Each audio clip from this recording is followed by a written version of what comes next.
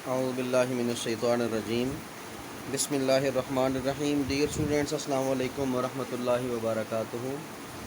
आज हम बायो का जो नेक्स्ट लेक्चर करने जा रहे हैं वो है सेलुलर ऑर्गेनाइजेशन।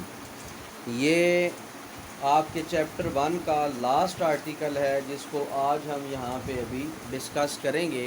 ये सारे का सारा आपके सामने जो है वो बोर्ड पे इसके मैंने हिंट लिखे हुए हैं। इनको बेशक आप लिख लें या इसका स्क्रीनशॉट ले लें ताकि आपको बाद में नोट्स बनाने में जो है वो आसानी हो। तो आप इसका बेशक स्क्रीनशॉट ले लें ताकि आपके लिए आसानी रहे कि आपने इसके अंदर क्या क्या चीज़ पढ़नी है और किस तरह आपने इसके नोट्स को अरेंज करना है।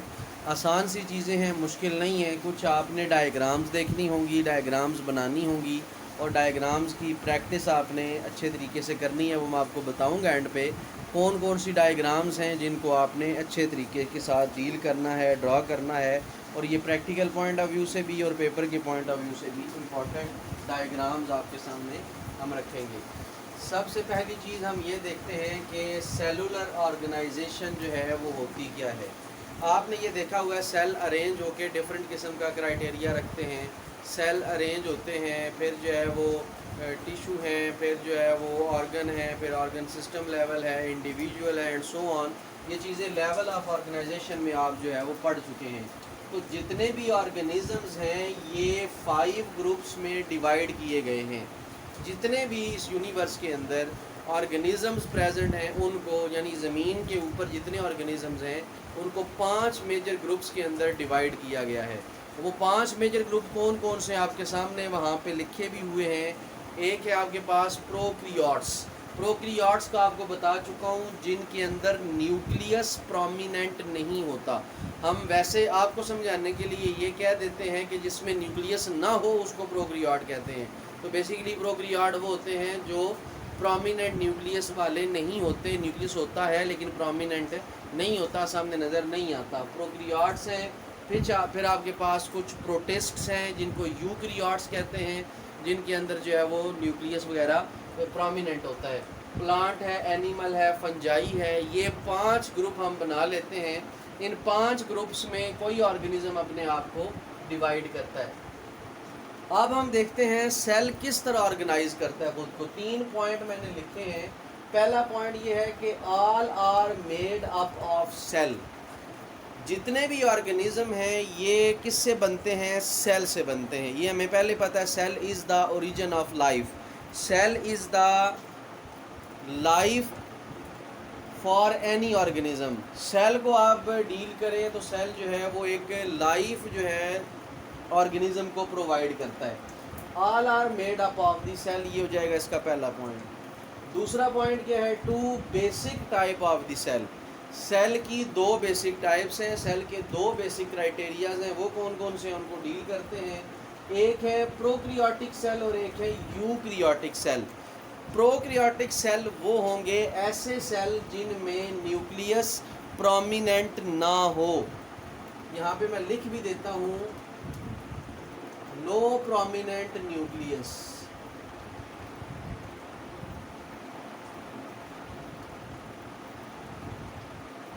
और यूक्रियाट में होंगे एज प्रोमिनेंट न्यूक्लियस। जिसमें प्रोमिनेंट न्यूक्लियस होगा वो क्या कहलाते हैं? यूक्रियाट्स कहलाते हैं। कुछ प्रोक्रियाट्स हैं और कुछ क्या हैं? यूक्रियाट्स हैं। अब हम डील करते हैं cell organise in 3 ways to make the body of the organism. Cell अपने आप को 3 तरह ऑर्गेनाइज करता है और ऑर्गेनिज्म की बॉडी को बनाता है। 3 तरीके कौन से हैं? सेल या तो यूनिसेलुलर ऑर्गेनाइजेशन करेगा, ये इसका पहला तरीका है। यूनिसेलुलर ऑर्गेनाइजेशन करेगा, या सेल जो है वो कॉलोनियल ऑर्गेनाइजेशन करेगा, या सेल जो है मल्टी सेलुलर ऑर्गेनाइजेशन करेगा। ये इसका तीसरा जो है वो स्टेप आपका बन जाएगा। तो यूनिसेलुलर ऑर्गेनाइजेशन करेगा, या कॉलोनियल करेगा, या मल्टी सेलुलर ऑर्गेनाइजेशन करेगा। मतलब सेल आपको 3 तरह अरेंज कर सकता है। सबसे पहली है यूनिसेलुलर ऑर्गेनाइजेशन। ये सेल किस तरह खुद को अरेंज करता है? यहाँ पर हम ये कहते हैं यूनिसेलुलर, यूनि का मतलब होता है सिंगल, वन सेल। तो इसका मतलब ये हुआ कि किसी ऑर्गेनिज्म की लाइफ जो है एक सेल पे डिपेंड कर सकती है, या यूँ समझ लें only one cell can make the life. एक सेल भी लाइफ जो है वो बना सकता है, और एक सेल ही जितनी भी उसके अंदर एक्टिविटीज़ हैं, लाइफ एक्टिविटीज़ हैं, वो सारी की सारी एक सेल ही अंजाम देता है। उसको हम कहते हैं यूनिसेलुलर ऑर्गेनाइजेशन, और ऐसे ऑर्गेनिजम्स को यूनिसेलुलर ऑर्गेनिजम्स कहा जाता है। तो ये तीन है, एमीबा, पैरामीशियम एंड यूग्लिना, और इनकी डायग्राम आपने पेज नंबर 12 से जो है वो ड्रा करनी है। अगर आपको पेज 12 से ड्रा आसान नहीं लग रही तो आप गूगल पे जाके इनके नाम लिखेंगे तो आपको बाकायदा इनकी डायग्राम्स लेबल हुई मिल जाएंगी। आप वहाँ से डायग्राम जो है वो ड्रा करके अपने पास सेव रखें। ये जो है आपको पेपर के पॉइंट ऑफ व्यू से भी इसका जो है वो फ़ायदा हासिल होगा। एमीबा, पैरामीशियम और euglena, these are called unicellular organism. ये तीनों के तीनों हैं यूनिसेलुलर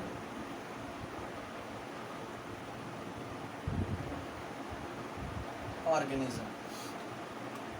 अब हम देखते हैं कॉलोनियल ऑर्गेनाइजेशन।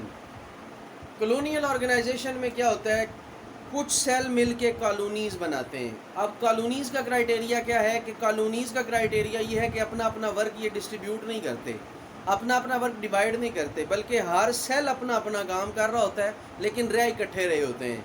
वो इकट्ठे रहते हैं, काम एक जगह करते हैं, लेकिन अपनी लेबर डिवाइड नहीं करते, अपना अपना काम परफॉर्म करते रहते हैं और अपना बोझ दूसरे पे नहीं डालते, रहते इकट्ठे हैं। इस वजह से उनको क्या कहा जाता है, कॉलोनी में रहते हैं।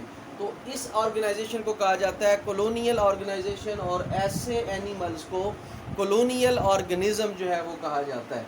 अब हम देखेंगे कि कॉलोनियल बेसिकली क्या होते हैं। ये सारे के सारे इनमें से मोस्टली यूनिसेलुलर हैं। जो यूनिसेलुलर हैं live together but do not have division of the labour, रहते इकट्ठे हैं लेकिन अपनी लेबर को डिवाइड नहीं करते। ये हो जाएगा कॉलोनियल ऑर्गेनाइजेशन, और ऐसे ऑर्गेनिज्म को क्या कहा जाता है, कॉलोनियल ऑर्गेनिज्म जो है वो कहा जाता है। उसके बाद दूसरा है, इसकी एग्जांपल में हम पॉइंट ले रहे हैं, वॉलवॉक्स इज अ ग्रीन अलगा and make the colonies. Diagram भी आपको जो है वो पेज नंबर 12 पे नज़र आ रही होगी कि वॉलवॉक्स जो है वो किस तरह रहता है। आप इसकी जो एनिमेटेड है picture, animated picture of the Volvox, ये आप गूगल पे जाके निकालें और देखें कि वॉलवॉक्स होता किस तरह का है, तो सारी चीज़ें आपको जो है वो इसके बारे में क्लियर हो जाएंगी। अगर आप मज़ीद इसके बारे में जानना चाहते हैं तो विकीपीडिया जो है वो उस पर लिखें गूगल पे विकीपीडिया, तो वहाँ पे आप फिर एक ऑप्शन आएगा सर्च का, तो वहाँ पे लिखें वॉलवॉक्स, तो सारा क्राइटेरिया वॉलवॉक्स का आपको बाहर नज़र आएगा कि वॉलवॉक्स क्या है, किस तरह काम करता है, होता क्या है, फ़ायदा क्या है, नुकसान क्या है, व्हाट्सएवर। हमारा वो टॉपिक नहीं है, इस वजह से हम उसमें नहीं जा रहे। आज मैं बुक की तरफ ही रह रहा हूँ कि वॉलवॉक्स इज़ अ ग्रीन अलगा एंड मेक द कॉलोनीज़, तो ये कॉलोनीज़ बनाता है। उसके बाद है मल्टी सेलुलर ऑर्गेनाइजेशन। जो मल्टी सेलुलर ऑर्गेनाइजेशन आप डील कर रहे हैं, मतलब ये एक सेल नहीं है, दो या दो से ज़्यादा सेल मिल के एक ऑर्गेनाइजेशन कर रहे हैं, और वो ऑर्गेनिज़म जो बन रहा है उसको हम नाम देते हैं मल्टी सेलुलर ऑर्गेनिज़म का नाम देंगे। तो सबसे पहले हमने ये देखना है कि इसमें सेल ऑर्गेनाइज होते हैं तीन क्राइटेरियाज के साथ। ऑर्गन होगा, ऑर्गन सिस्टम होगा, टिश्यू होगा। आपने पढ़ा हुआ है टिश्यू अरेंज होकर ऑर्गन बनाते हैं, ऑर्गन अरेंज होकर ऑर्गन सिस्टम बनाते हैं।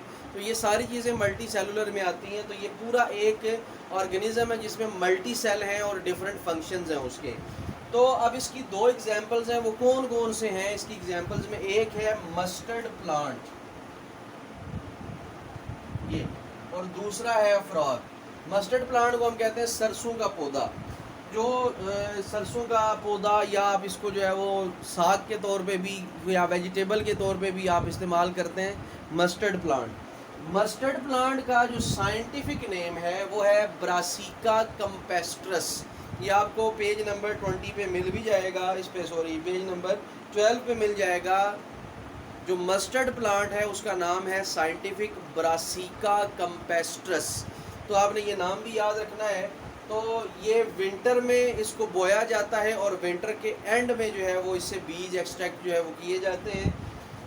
प्लांट बॉडी जो है उसकी, जो उसका पूरा बॉडी स्ट्रक्चर है, जो ज़मीन के ऊपर है वो वेजिटेबल के तौर पे इस्तेमाल होता है। ये सारे जानते हैं सरसों का साग जो है वो इस्तेमाल किया जाता है, वेजिटेबल के तौर पे इस्तेमाल होता है। इसके जो बीज हैं उनसे एक्सट्रैक्ट किया जाता है, ऑयल एक्सट्रैक्ट किया जाता है, सरसों का तेल वहाँ से जो है वो एक्सट्रैक्ट किया जाता है। इसके दो आर्गन होते हैं। दो आर्गन किस तरह के हैं? एक आर्गन होता है वेजिटेटिव और एक होता है नॉन वेजिटेटिव।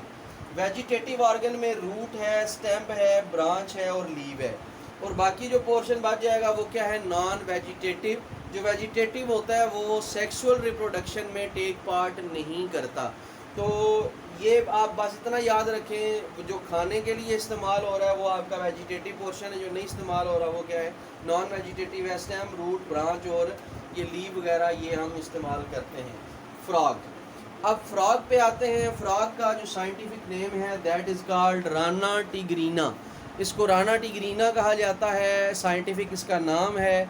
और ये मल्टी सेलुलर एक ऑर्गेनिज़म है, और मल्टी सेलुलर इस तरह है कि इसमें ऑर्गन सिस्टम है, ऑर्गन है, टिश्यू है, मतलब टिश्यू अरेंज होके ऑर्गन बनाएंगे, ऑर्गन अरेंज होके ऑर्गन सिस्टम बनाते हैं।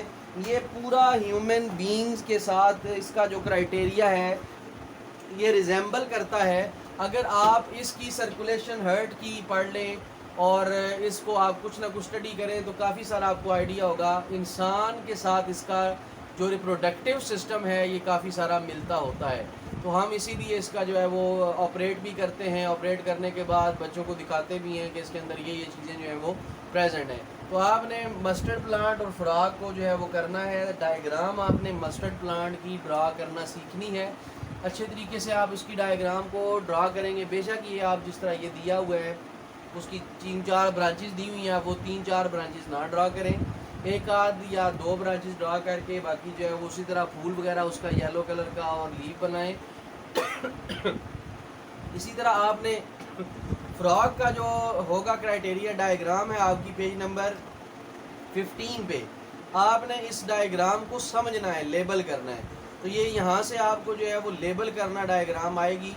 तो ये डायग्राम आपकी यहाँ पे क्लियर नहीं है, आप इसको नेट से देखेंगे और नेट से देखने के बाद कि जो उसका इंटरनल पोर्शन है फ्रॉग का उसको कैसे जो है वो आपने लेबल करना है। तो ये आपका जो है वो कुछ काम होगा। तो चैप्टर आपका इसके साथ जो है वो क्लोज हो चुका है, चैप्टर आपका ख़त्म हो चुका है। तो इंशाल्लाह जल्द ही ग्रुप के अंदर आपको टेस्ट का बताया जाएगा कि आपने टेस्ट इसका जो है वो किस तरह देना है और कैसे टेस्ट इसका लिया जाएगा। तो आज के लिए इतना ही। अल्लाह ताला आपका हामी नासिर हो। अस्सलामु अलैकुम वरहमतुल्लाहि वबरकातुहू।